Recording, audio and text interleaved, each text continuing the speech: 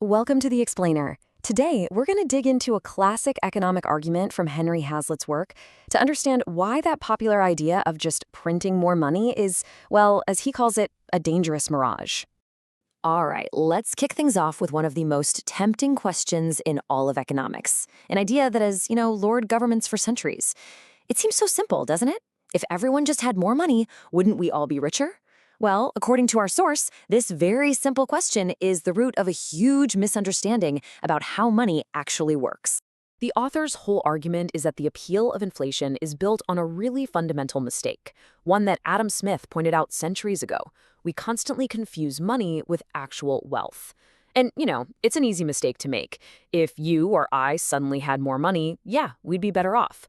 But that logic completely breaks down when you try to apply it to an entire nation. So, before we can even begin to understand the argument against inflation, we have to nail down this one super crucial distinction. Money and wealth are just not the same thing. And this slide lays it out perfectly.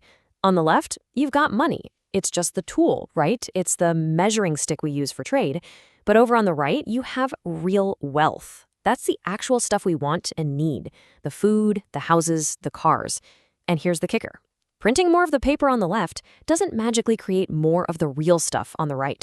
So how does all this new money actually get into the economy? The source explains that it doesn't just poof appear in everyone's bank account all at once. Nope. It has to be spent first, and that initial spending creates this ripple effect that moves kind of unevenly through the entire system. Let's trace the journey of that new cash. So it starts when the government pays a specific group. Let's use the example of war contractors. We'll call them Group A. They get the new money first. Then they go out and spend it, maybe at local businesses, who become Group B. Now, Group B sees all this new demand, and naturally, they raise their prices.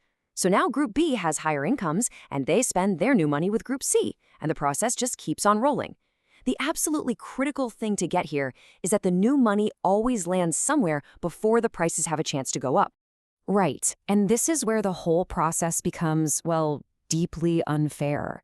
That ripple effect creates a very clear divide. Where you are in relation to that first wave of new cash, that determines whether you win or lose from inflation. This is not some neutral event that affects everyone the same way, not even close. Okay, this table really shows that unfairness in action. Take a look at Group A, right at the top. They're the first ones to get the new money, so their income shoots up by, say, 30% before they face any price increases. They are the clear winners. Now let's jump all the way down to Group D. Their income hasn't budged at all, but by the time the ripple gets to them, they're paying 20% more for everything. They suffer a direct, painful loss in their standard of living. The author's whole point is that Group A's gain comes directly at the expense of Group D's loss. And even if Group D's wages do eventually catch up to the new prices, the author stresses a critical point. That initial period of struggle is a permanent loss. For that whole time, they were forced to get by with less. And that lost purchasing power, it's gone, forever. It's never paid back. So we've seen how inflation creates these temporary winners and losers. But what happens to the whole economy when this becomes a long-term strategy? What's the end game here? Well, according to the source, the long-term effects are a disaster for everybody. As you can see here, it fundamentally warps the economy. It punishes saving and encourages reckless spending. It makes it more profitable to just speculate on things than to actually produce things. And at the end of the day, it just tears apart the stable economic relationships that a healthy society is built on. This brings us to a really crucial way of reframing this whole idea. Inflation isn't some magic wand for creating wealth. The author argues it's actually a tax, and one of the most destructive kinds imaginable. It's a hidden, unpredictable tax on your savings and your income. And as it says here, it often hits the poor the hardest because they have the fewest ways to shield themselves from it. And that leads to maybe the most famous quote from the source: inflation is the opium of the people. The argument here is that inflation works like a drug. It doesn't solve any of the underlying economic problems, it just dulls the pain. It creates a temporary illusion of prosperity because, hey, everyone sees their dollar income going up, even while their real ability to buy things is actually going down. It's a form of mass deception. The author uses one final, brilliant analogy to really drive this point home.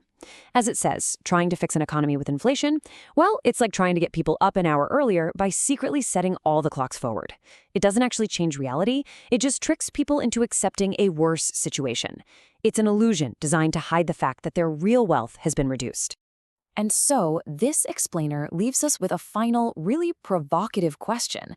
If printing money isn't some magical solution, but is instead a hidden tax, then we have to ask the most important question of all. Who really pays the price for this illusion? Thinking through that, well, that's the core lesson from this analysis.